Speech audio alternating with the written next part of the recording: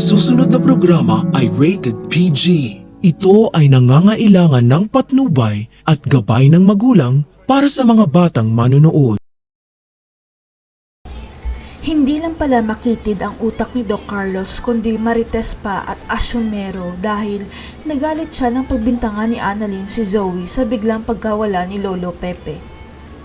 Hindi napigilan ni Carlos ang kanyang sarili at biglang sumabat sa usapan ni Annalyn at Doc Lyndon dahil ayaw niyang marinig na pinagbibintangan ang anak niya sa labas. Hindi pa nga narinig ni Carlos ang dahilan ni Annalyn kaya si Zoe ang suspect niya. Tapos kung makapagtanggol siya kay Zoe, halatang halata na anak niya talaga ito. Kaya nagalit rin si Annalyn kay Carlos dahil kung alam niya lang ang buong kwento, hindi niya sana pinagsabihan si Annalyn na masama ang magbintang na walang ebidensya. Kaya pati si Doc Lyndon kampi rin kay Annalyn dahil may point naman si Annalyn kung bakit si Zoe at Moira ang prime suspect niya lalo na sa bad history ni Moira.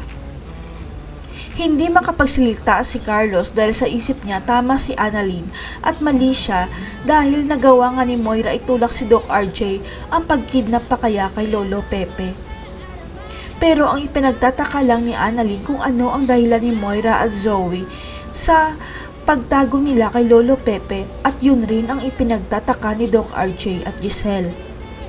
Kahit hindi naging mabuting ama si Carlos kay Zoe, concern pa rin ito sa anak niya kaya nagkita sila ng palihim dahil gustong kumprontahin ni Carlos si Zoe.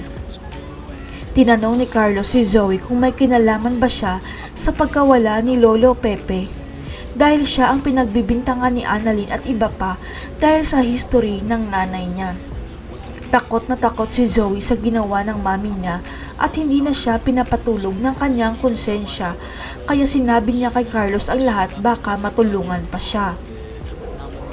Ang hindi alam ni Carlos na pansin ni Annalyn kung paano niya ipinagtanggol si Zoe na parang anak niya ito dahil galit na galit siya dahil pinagbibintangan niya si Zoe. Hanggang sa hindi sinasadya na makita ni Annalyn si Zoe at Doc Carlos na nag-uusap ng seryoso at narinig niya ang usapan ng dalawa na sila pala ay tunay na mag-ama. Mabubuking na kaya ni Annalyn ang pinakatago-tagong sikreto ni Zoe at Carlos. Makaligtas pa kaya si Lolo Pepe o mamamatay na siya kasama ng sikreto niya? Abangan.